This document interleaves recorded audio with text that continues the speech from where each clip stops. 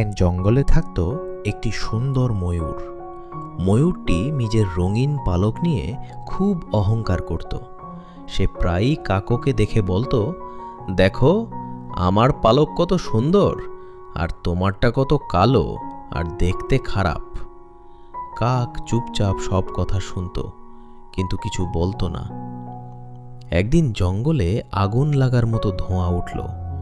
বিপদ দেখে সব পাখি উড়ে নিরাপদ জায়গায় চলে গেল, কিন্তু ময়ূর উড়তে পারল না।